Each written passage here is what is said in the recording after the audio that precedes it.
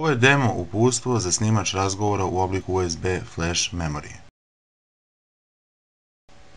Ovaj uređaj je namenjen za snimanje razgovora u bilo kom prostoru. Stanu, kancelariji, autu, može se staviti u torbi, sakriti u odeći i slično tome.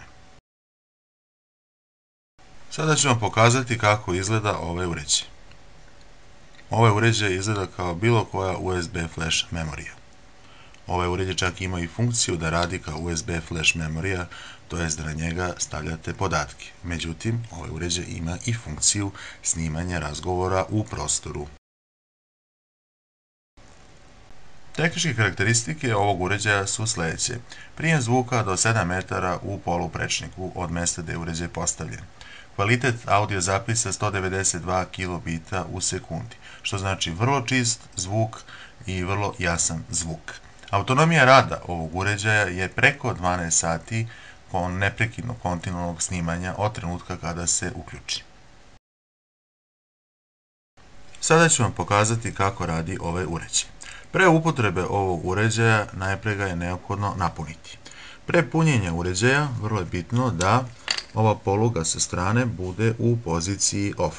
Kada ste doveli polugu u poziciju off, jednostavno uključite ovaj uređaj u adapter, punite nekih 2,5 do 3 sata i uređaj se napuni. Kada je uređaj napunjen, možete ga dalje koristiti.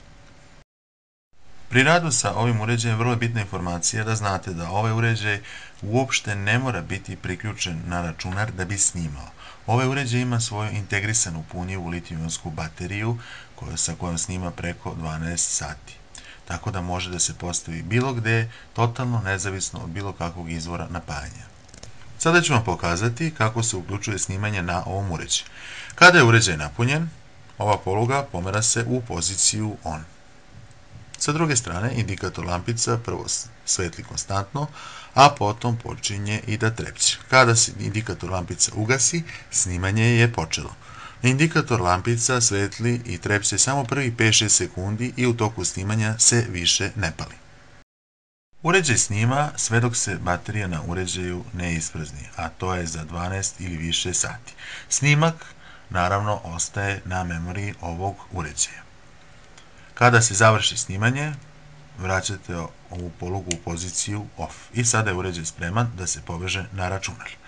Naravno, vi možete snimati i kraće vreme. Znači, uključite uređaj opet na poziciju on, snimate 2 sata, 5 sati, 7, nebitno, prekinete snimanje.